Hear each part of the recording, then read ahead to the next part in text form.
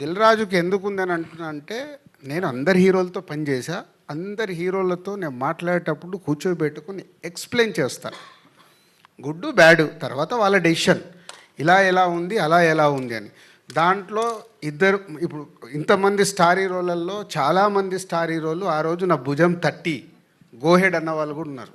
దానికి ఎగ్జాంపుల్ ఎన్టీఆర్ బృందావనం అప్పుడు, mister perfect అప్పుడు ప్రభాస్, సీతమ్మ వాకిట్లో సిరిమల్ల చెట్టు అప్పుడు మహేష్ బాబు, వకీల్ సాబ్ అప్పుడు పవన్ కళ్యాణ్ గారు, అందరు.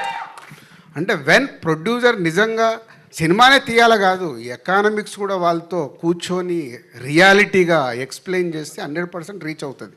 చేసే ఓపికలు నిర్మాతల దగ్గర లేవు. వెళ్ళిపోయి ప్రాజెక్ట్ సెట్ చేసుకోవాలి. లేకుంటే అమ్మో నేను లేట్ అవుతే వెనక ప్రొడ్యూసర్ వెళ్ళిపోయి ఇస్తాడేమన్నా సగం టెన్షన్లో యాక్సెప్ట్ చేసుకొని వస్తారు. అది ప్రాబ్లం. అంటే ఈ పోటీ ప్రపంచంలో అది కంటిన్యూ అవుతుంది అనుకుంటున్నారా? మాకే కాదు కదా, మీకు కూడా ఉంది కదా. TV5లో వస్తుందంటే TV లేని వాళ్ళకి టెన్షను, NTVలో వస్తుందంటే ఇంకొకరి టెన్షను.